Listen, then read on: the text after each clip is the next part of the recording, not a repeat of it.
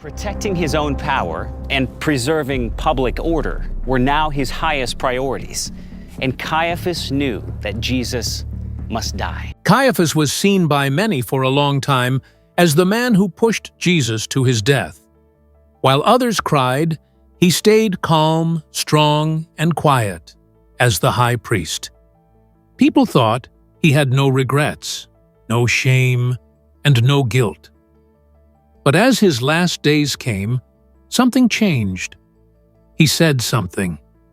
Everyone was stunned by what the man who once called Jesus a liar said when he started talking. He talked about things he had long kept as a secret. His voice was heavy, dark, and full of fear. What did Caiaphas finally talk about before he died? Join us in this video as we talk about the details. The terrifying knowledge Caiaphas revealed before his passing. There was once a man called Caiaphas. He wasn't any old person. He acted as the Jewish people's high priest during a very hard period in their time. Caiaphas was very powerful. He was in charge of a lot of important political and religious issues. He was a member of a group known as the Sadducees. This group consisted of powerful and affluent families.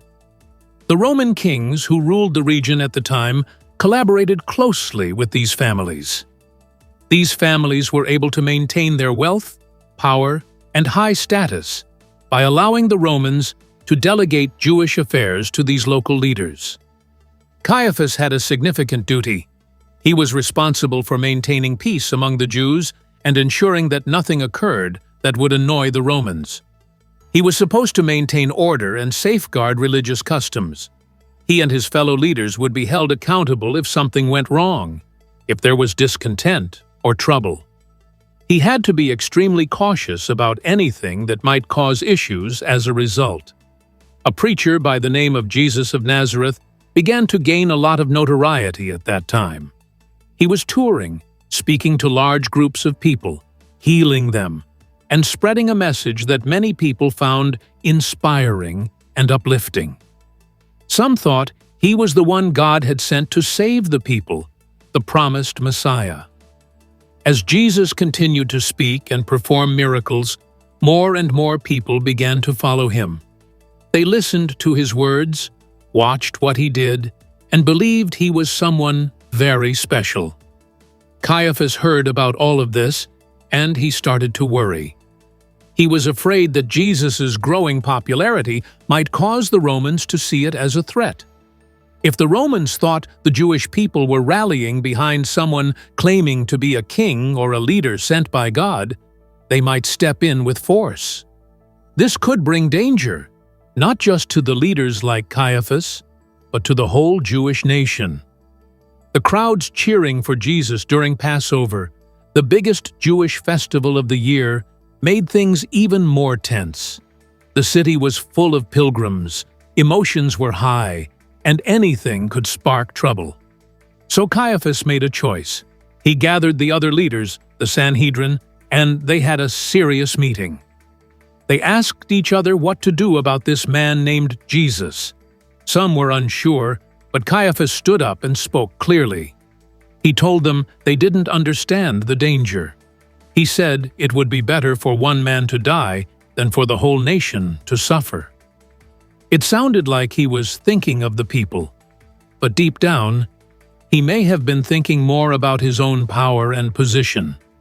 With that decision, they moved forward. They made plans to arrest Jesus quietly. They wanted to avoid a scene with the crowds, so they waited for the right time. When Jesus was praying in the Garden of Gethsemane, they sent guards to arrest him. He was brought before Caiaphas, and the trial began. Caiaphas sat on his special chair, looking down at Jesus, asking questions, and listing the things Jesus had done. He wanted Jesus to stop what he was doing, but Jesus refused. He remained calm and firm, even in the face of danger. After talking with the other leaders, Caiaphas gave the final judgment. He said that Jesus should be crucified. He believed that by doing this, he was removing a problem. He thought it was the only way to stop the growing tension and protect their people from Roman punishment. But he didn't know that this act would start something much bigger than anyone could have imagined. In just a few hundred years, the religion built around Jesus' life and death, Christianity, would spread across the Roman Empire and even become its official faith. What happened after Jesus was crucified? And could the rumors of his return really be true? Let's find out. The risen Messiah and a changed heart. Strange things started to happen after Jesus was crucified. Quickly, rumors began to spread. There were claims that Jesus had risen from the dead. The streets were filled with talks. According to some, the tomb where he was buried is now empty. Some claimed to have seen angels. Others said they saw Jesus himself, walking and speaking once more. Caiaphas was unsure of how to interpret it. He was concerned. Before they caused more problems, he wanted to put an end to these rumors. Everyone was shocked by what his guards found when he sent them to check. Yes, the tomb was empty. The guards who had been watching it were afraid and shaken when the stone was pushed away. They said bright lights appeared and heavenly beings came and opened the tomb. This scared Caiaphas even more. He sent messengers to find two of Jesus' closest followers, Peter and John, to get the truth. Peter and John came to see him. They didn't act scared like they used to. In fact, they looked brave and joyful. They reported seeing Jesus alive to Caiaphas. He had conversed with them, shown them the crucifixion wounds, and even shared a meal with them.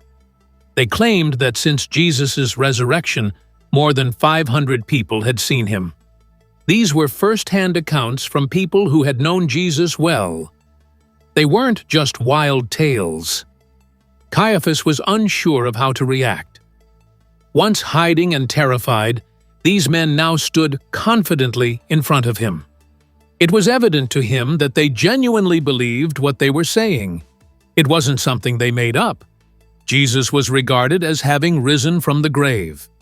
As these stories spread throughout Jerusalem, more and more people started to believe them. Even James, Jesus' own brother, who had previously questioned him, started to follow him and referred to him as Lord. Caiaphas could see it happening in front of his eyes as the movement grew faster. Then an even shocking event happened. Caiaphas was reading in his private room one night when an incredible event happened. He was reading over old texts about the Messiah when a quiet presence entered the room. Caiaphas was shocked to see a face he knew when he looked up. Jesus was the one. He stood there, his eyes serene and sorrowful as he gazed at Caiaphas. He should not be afraid, Jesus told him. He said that his death was meant to happen, that it was part of God's plan to forgive all people. Caiaphas fell to the ground, crying. He had no words. When he looked again, Jesus was gone, and the door to the room was still locked. Caiaphas was left shaken. He now believed that everything people were saying was true. Indeed, Jesus had risen from the grave. He was the one about whom the Scriptures had always spoken. Others reported seeing Jesus alive in the days and weeks that followed. He kept showing up for his followers, giving them guidance and courage. He gave his disciples a mission while they were standing on a hill before he went back to heaven. He commanded them to spread the gospel, instruct others, and baptize them in the name of God. He vowed to stay by their side until the end of time. Once doubtful, Peter and John now spoke out about their experiences. When asked how they first met Jesus, Peter said it started when his brother Andrew introduced them. Andrew had met Jesus and felt something powerful. He said they had found the Messiah. Peter was unsure at first, but when he met Jesus himself, he felt something deep in his heart. Jesus invited them to follow him, and Peter couldn't say no. John shared that he, too, felt drawn to Jesus from the start. There was something about him that was hard to explain. Kindness, wisdom, peace. They saw how Jesus treated everyone with love, even when people treated him badly. They watched him heal people, teach with great wisdom, and remain calm in every situation. Peter remembered a moment when Jesus glowed with light and spoke with two figures from long ago, Moses and Elijah. A voice from the sky said, "This is my beloved Son. Listen to him." John said that being near Jesus felt like being near something holy, something from heaven. The more time they spent with him, the more they believed he was not just a man. He was something much greater. The temple guard who heard their story was quiet. He didn't know what to think. If these once scared men were telling the truth, then maybe Jesus really was who he said he was. Not just a preacher, not just a prophet, but someone sent by God for a purpose no one fully understood. How did a powerful high priest like Caiaphas abandon sacred tradition and secretly plotted the downfall of a man called the Messiah? Stay tuned for more. The secret trial and the high priest's hidden plans. Caiaphas was a man who had a lot of power in the religious world. People looked up to him as a leader because he had the job of making spiritual decisions and guiding others. But even though he had a big title and was supposed to help people do what was right, the way he acted during Jesus' final days shows something very different. It shows a story that is full of secrets, wrong choices, pressure from others, and plans that were hidden in the dark. Caiaphas did not wait for things to unfold on their own. Instead, he made a lot of the first moves. He was very determined to get rid of Jesus. In fact, you could say he was at the very center of everything that happened before Jesus was put on the cross. One of the first major things Caiaphas did was to organize what many people call an unlawful trial. This means the trial was not done the proper way. It did not follow the rules. It didn't follow the laws that were normally supposed to be followed when someone was accused of something serious. Normally, during that time, when someone was arrested, especially for something religious, they were supposed to be taken to a special council called the Sanhedrin. This group had 71 members, and they were the ones who made important decisions about religious matters. But Caiaphas didn't wait for that to happen. Instead, he held a secret meeting at night. He brought Jesus straight to his own house, instead of waiting for everyone to come together like they were supposed to. That wasn't just strange. It was actually against their own rules. And if that wasn't enough, this strange meeting didn't even happen at the right time. It was during Passover, one of the holiest times of the year for the Jewish people. A time when priests were supposed to be with their families and worshiping together. But instead of honoring that sacred moment, Caiaphas decided to use that night to push forward with his plan. His house likely wasn't even big enough for all 71 members, and because everything happened so quickly, it's very unlikely that everyone was even there. This tells us that Caiaphas wanted the trial to happen fast and quietly. He didn't want to give Jesus a fair chance. He didn't want to let things slow down or give others time to think. And when the trial began, something else unusual happened. The people who came to speak against Jesus didn't even agree with each other. Some said one thing, others said another, but their stories didn't match. In any fair trial, this would be a big problem. But Caiaphas didn't care. He wasn't really looking for the truth. He was looking for something, anything, that could help him push forward with his plan. When the witnesses failed to give solid answers, Caiaphas tried something bold. He asked Jesus directly, "Are you the Messiah?" And when Jesus answered and said, "I am," Caiaphas made a dramatic move. He tore his clothes, which was a very big sign of anger and sadness. It showed that he was trying to convince everyone that Jesus had said something terrible. Caiaphas said this was blasphemy, which means speaking badly or wrongly about God. Once Caiaphas had declared Jesus guilty in his secret meeting, how far was he willing to go to make sure that judgment led to death? Let's take a closer look. The betrayal, the political plot, and the lasting consequences.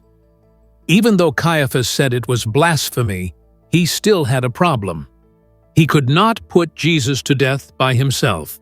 That decision needed the full agreement of the Sanhedrin, and more importantly, they needed permission from the Romans, because only the Roman rulers were allowed to give the final approval for someone to be put to death. So Caiaphas had to find a way to make the Romans care. He had to make them see Jesus as someone dangerous. This is where the plan changed. Instead of focusing on Jesus' religious words, Caiaphas and the other leaders began to say that Jesus was calling himself a king, the King of the Jews. Now, this title was very serious because it sounded like Jesus was trying to take over or rise against the Roman Empire. And the Romans did not like uprisings. They did not like anyone who tried to stir trouble or challenge Caesar. But even before all of this happened, there had to be a way to arrest Jesus. That's when Judas Iscariot, one of Jesus' own disciples, got involved. Judas had been close to Jesus for a long time, but in his heart, Judas was confused. He thought Jesus would be a powerful warrior-type leader, someone who would fight the Romans. When that didn't happen, and when Judas saw that Jesus was preaching peace and love instead of war, he became disappointed. On top of that, Judas also had a problem with money. He wanted more of it. So when Caiaphas and his people offered him 30 pieces of silver to help them arrest Jesus, Judas agreed. He showed the guards who Jesus was by giving him a kiss.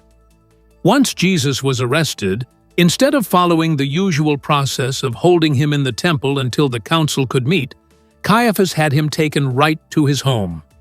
Everything happened so fast. It was rushed, it was not fair, and it was very secretive. How did the weight of his decision begin to haunt Caiaphas after he secretly condemned Jesus and handed him over to the Roman governor? Let's delve deeper. Political pressure, crucifixion, and Caiaphas's fate. Caiaphas tried to make it look official.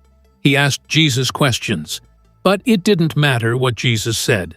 Caiaphas had already decided what he wanted to do. The answer Jesus gave, "I am," was used as proof that Jesus was dangerous. And that gave Caiaphas what he thought was the green light. So the next day, Jesus was taken to Pontius Pilate, the Roman governor. Pilate wasn't sure what to do.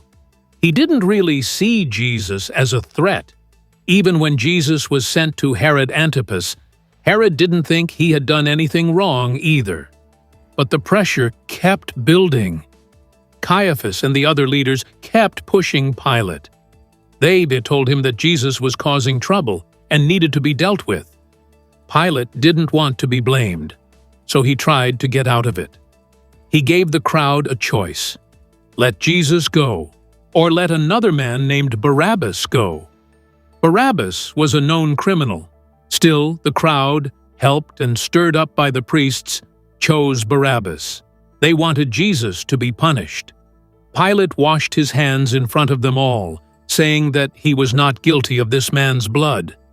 But in the end, he gave the order. Jesus was sent to be crucified. The crucifixion was slow and painful. Jesus was beaten, mocked, and nailed to a wooden cross. He suffered greatly, and finally, after saying his last words, he died. The sky grew dark. The earth shook. It was a moment that changed the world. But Caiaphas' story doesn't stop there. After Jesus died, his followers began to say that he had risen from the dead. This made the religious leaders very nervous. They didn't want people to believe it. So according to Matthew 28, they bribed the guards who had been at the tomb. They told them to lie and say that Jesus' disciples came at night, and stole his body. This was done to stop people from spreading the truth. Later on, Caiaphas didn't keep his power forever. He was eventually removed from his role as high priest by a Roman leader named Lucius Vitellius the Elder.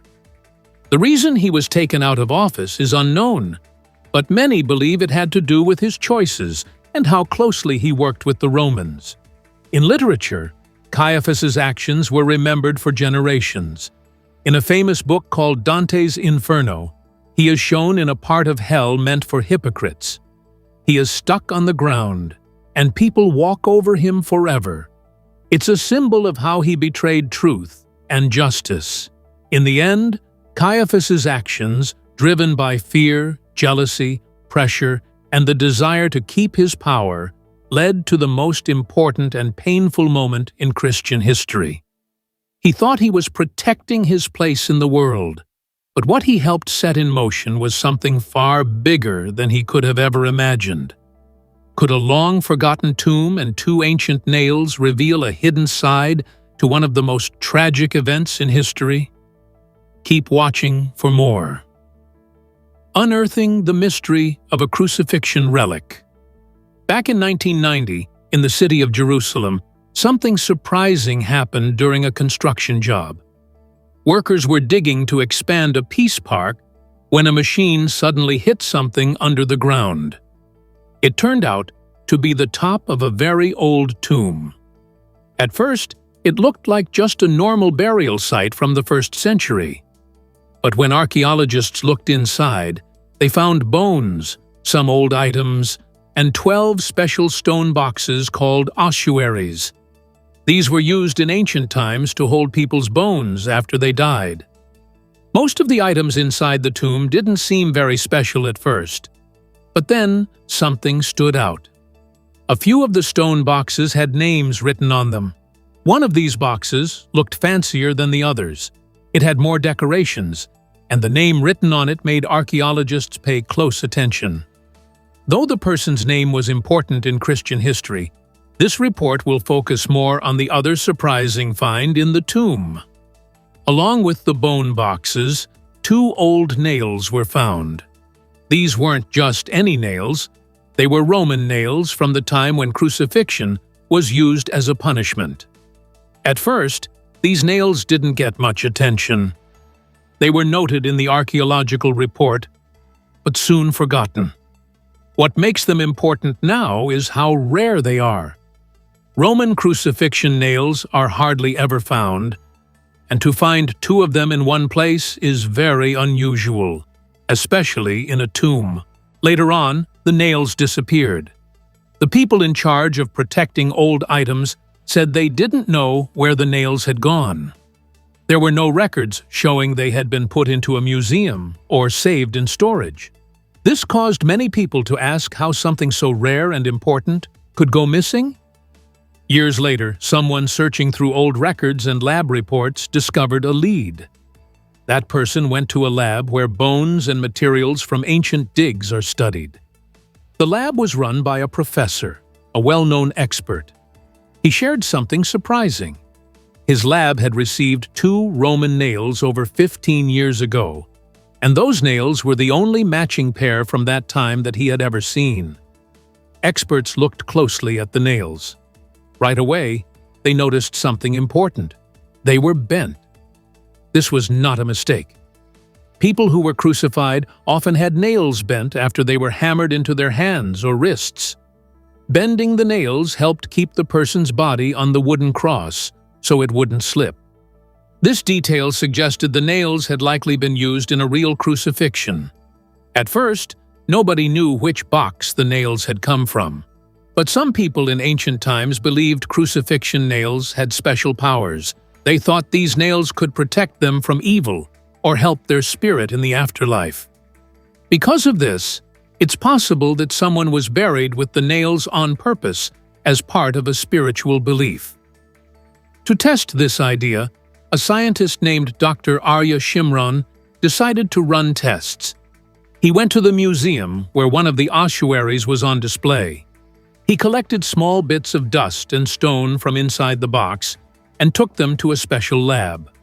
There, he used a strong microscope to look at the tiny pieces very closely, up to 500,000 times bigger than normal size. The results were surprising. Inside the box, Dr. Shimron found many tiny pieces of iron. These pieces looked and felt just like the nails found earlier in the tomb. Their size, shape, and material all matched perfectly. This discovery gave strong proof that the nails were once placed inside that box and buried there on purpose. In the end, the most important part of this story is the nails. If they were really used in a crucifixion, and if they were possibly linked to Jesus, then they could be some of the most important religious items ever found. These nails might not only tell a story about history, but they could also mean something very deep for people of faith. Based on the tests and the discoveries made, these nails are now believed to have come from one special tomb and were once inside one very special bone box. Was Caiaphas the only one whose heart was changed that day? Or did someone else leave forever transformed? Let's learn more. The centurion at the cross. The sky was dark, and the clouds were heavy. It was a Friday, but not just any Friday.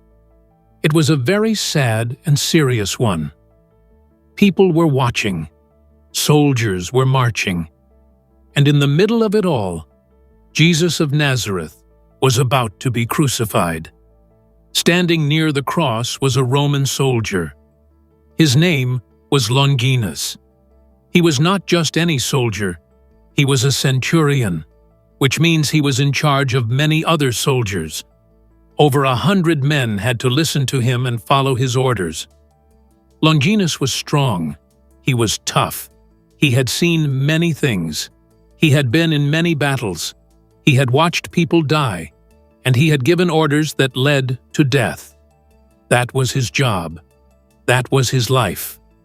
But something happened that day, something he never expected. Jesus did not act like other men who were punished. Jesus did not yell. He did not cry out in anger. He did not fight back. He didn't beg to be set free. He just stood there, quiet and calm, even though people were hurting him. They laughed at him. They hit him. They pushed a crown made of sharp thorns on his head. They whipped him again and again. But Jesus never cursed them. He didn't scream. He didn't complain. Longinus stood there and watched. At first, he thought it was just another crucifixion, just another man Rome had ordered to be murdered. But the more he watched, the more he felt strange inside. Something didn't feel right. It was like his heart was changing, even though he didn't understand why. Then, something even stranger happened. When Jesus was on the cross, he spoke words that were not full of hate. He didn't shout in pain. Instead, he said things like, "Father, forgive them." Longinus heard those words. He heard Jesus forgive the very people who were hurting him. That touched something deep inside the soldier. And then, when Jesus died, the sky grew dark. The earth shook with a great quake. Rocks cracked. The big curtain inside the temple tore in two from top to bottom. People were afraid. Many ran away. But Longinus did not run. He dropped to his knees. He looked at Jesus and said out loud, "Truly, this man was the Son of God." That was the moment everything changed for him. He could not go back to being a Roman soldier. He couldn't fight for the empire anymore. He couldn't pretend nothing had happened. So, he left the army. He gave up his position, took off his armor, and started a new life. If the cross could break through the heart of a hardened Roman centurion like Longinus, what happened next in his life? Let's find out. The soldier who found faith. Longinus began to tell people what he saw. He didn't just believe in Jesus, he had seen it all with his own eyes. He saw Jesus die. He heard him speak. He felt the earth shake, and he remembered every detail. He went from place to place and traveled far and wide. He shared the story of Jesus with the public, not because he had read it in a book, but because he was present. He told the truth. That was him, the man at the cross. Not everyone, however, agreed with his remarks. Rome wasn't pleased. The empire that had once provided him with a sword now viewed him as a traitor. He was taken into custody. They instructed him to refrain from mentioning Jesus. He was beaten by them. They attempted to frighten him. If he simply denied Jesus, they said, he could be set free. Longinus, however, refused. What he saw, he would not deny. They took him out of town as a result, and there they murdered him. They cut his head. He was a martyr, someone who gives their life in defense of their belief. People recalled him after he passed away. They recalled the soldier who went through change, the soldier who pierced someone and later gave his life for them after having helped in the crucifixion. He was dubbed Saint Longinus, and a lot of people can still recall his story today. The tale of a man who sacrificed everything to follow something he saw that was so strong, so full of love and truth. How do you feel about Caiaphas, the high priest's story? Share your thoughts in the comments section below. Thank you for watching this video. We hope you found it interesting. Don't forget to like and subscribe. Click the next video shown on your screen to catch up on your favorite celebrity stories. See you there.